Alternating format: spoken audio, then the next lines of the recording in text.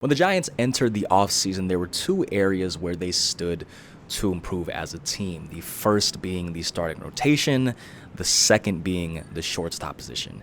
And as of this week, they have handled the latter, signing Willy to a 7-year, $182 million contract, the largest in franchise history, a deal that actually usurps Buster Posey's $167 million contract that he received when he was a player. I had just finished reporting on Willy introductory press conference that took place today. Before that, I was at the winter meetings in Dallas at the Hotel Anatole. So let's dive into it. Let's dive into everything that has transpired over the course of the last week. And obviously the place that we can start is with the signing of Willy. Of course, that's why I'm at Oracle Park on December 12th. It's the largest contract in franchise history, and as I mentioned, it shores up an area that they needed to improve upon. One of the pieces that I did this past week, I'll link it, I'll put it up here, dives into the reason as to why the Giants signed Willy to such a big contract. And when you look at some of the resume stuff, he's never been an all-star, he's never been a Silver Slugger Award winner, he's never been a Gold Glover, but he's simply been one of the best shortstops in the league. Now, we are in a golden age of shortstop. You have guys like Bobby Witt Jr., Gunnar Henderson, Francisco Lindor, some of the best shortstops in this millennium, all playing at the same time. So Adames hasn't quite gotten the same recognition, but plain and simple, he's been one of the best shortstops over the course of the last half decade. And if you look at the Giants' shortstops over the course of the last 3 seasons, this was a position that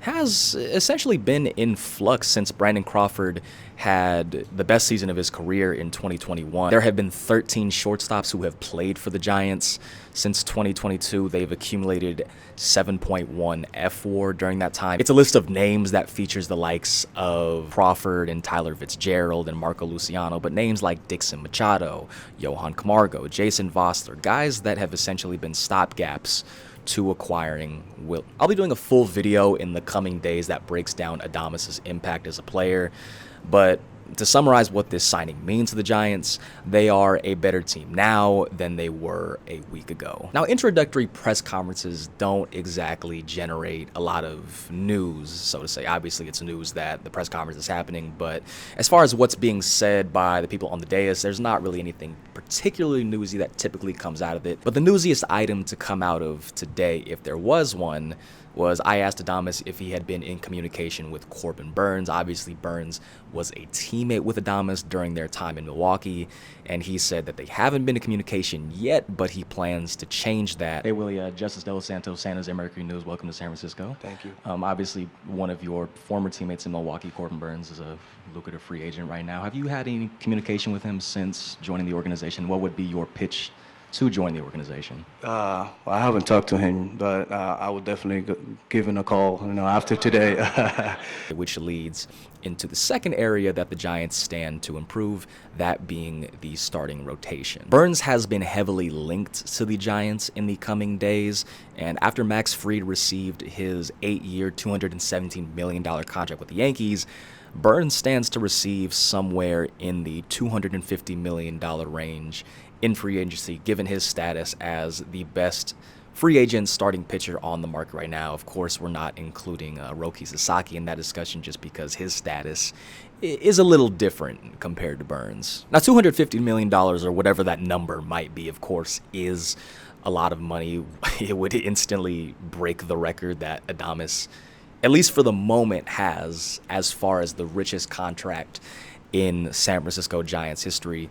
And during the winter meetings, when Posey was asked about payroll, he declined to comment on the specifics. I can't remember the specific quote that he had off the top of his head, but he decided it would be in the best interest of the team to not publicly discuss finances. That question, of course, being in the context of Andrew Baggerly at The Athletic reporting that the Giants are expecting their payroll to go down. But even if the Giants don't shell out the $250 million to sign a guy like Corbin Burnes, there still are a lot of options still available on the free agent market. When you look down the list, you have guys like Jack Flaherty, guys like Sean Manaea. It didn't trim out too much during the winter meetings, but it trimmed out enough. You had guys like Nathan Eovaldi signing a 3-year, $75 million deal. Alex Cobb, I believe, was a 1-year, $15 or $16 million deal. Right before that, Luis Severino signed a 3-year, $67 million contract with the A's, the richest contract in the history of the A's franchise. And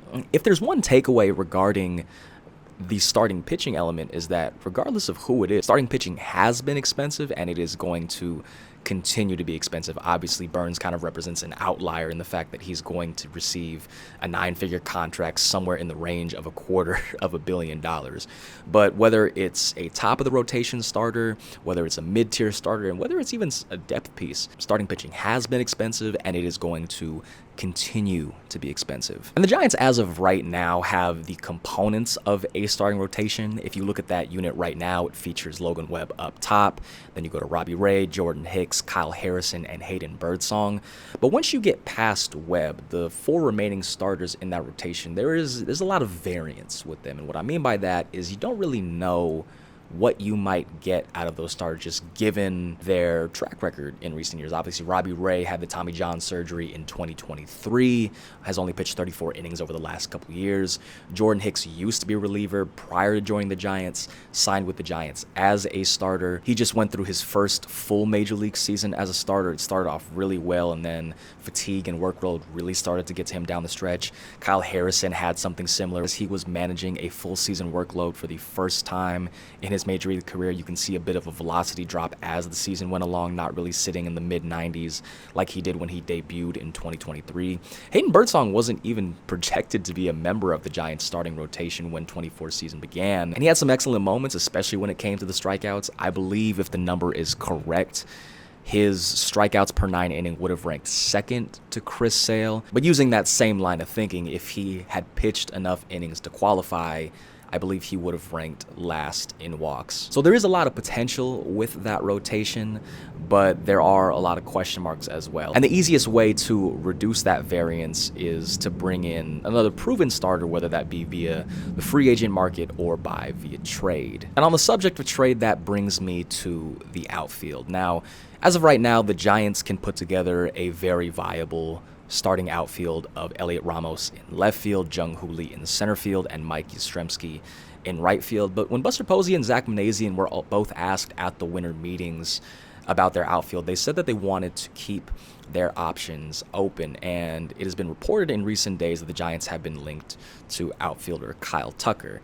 And when Zack Minasian was asked about potentially using minor leaguers in their farm system in a trade, he said that he feels confident about the talents that they have to pull off a trade, obviously not talking about Tucker in particular. Now, it is very unlikely that the Giants would go out and trade for Kyle Tucker in particular, but it is worth noting, again, how Posey and Minasian both said that they will keep their options open in regards to the outfield, despite being able to put together an opening day outfield as of right now.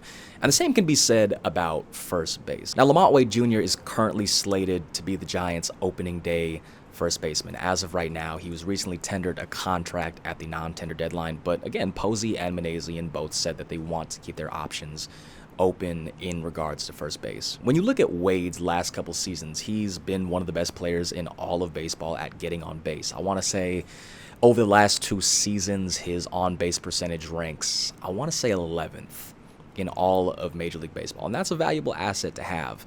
But he has dealt with some injuries over the last couple seasons, and he hasn't exhibited the power that's typically becoming of a first baseman. I can't remember the home run total off the top of my head, but it's somewhere in the 20s. The amount of available first basemen on the free agent market isn't super enticing at the moment. There is Pete Alonso. He's probably going to be paid something in the 9-figure range. I really doubt that the Giants go out and try to sign someone like an Alonso, especially with the starting rotation being more of an emphasis. But when you look at the list of available options, there isn't a name that really jumps off the page as someone that could be a clear-cut upgrade over Wade at first. And when you look at things strictly by WAR, I know WAR isn't the end-all be-all. Wade is likely going to receive something in the $5 million range. And despite some of the injuries that he's dealt with over the course of the last 2 years, and generally speaking since he's been in San Francisco, he has been worth roughly 2 WAR a year in 2023 and 2024. So if you kind of play the numbers game, are you going to be able to find a first baseman who's going to give you that type of production at the price point that Wade is. One option that could be enticing is signing Paul Goldschmidt to a one-year deal, and that would be enticing for a number of reasons. Goldschmidt's coming off the worst season of his major league career, but given the pedigree that he has, it wouldn't exactly hurt to take a flyer on someone who's likely going to be a Hall of Famer. But another point to consider with Goldschmidt is that Bryce Eldridge is the top prospect in the Giants system.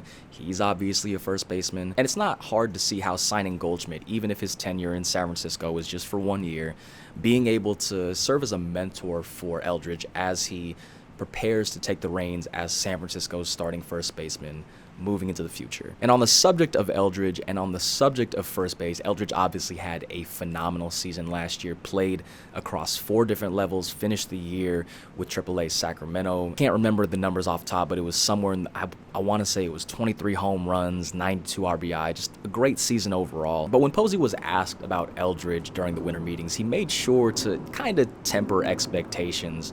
And one of the points that Posey brought up is that right now, Eldridge would be a sophomore in college. Eldridge is only 20 years old, and the Giants want to make sure that when Eldridge is eventually thrown into fire, he's ready to go.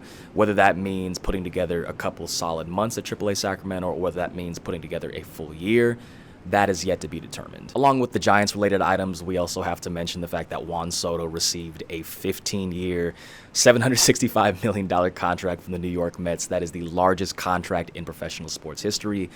And the one thing that I love to remember about Juan Soto is that he is exactly 1 day younger than me. And I don't think it's any secret that, given my occupation, I'm not exactly making $765 million.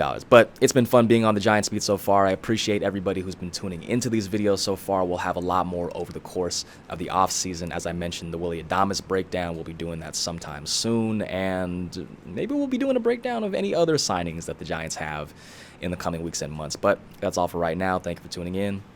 See y'all later. Willy, obviously, prior to you, the largest contract in franchise history belonged to the guy sitting to your right. Did that come up in conversation, or when did you come to the realization that you were eclipsing his record? I didn't know until it was done. I was like, wow. That was kind of crazy to be, because obviously Buster's a Hall of Famer, and I don't even know what to tell you, man. I don't even want to say the wrong words over here, and then I get fired the next day. I just signed the contract.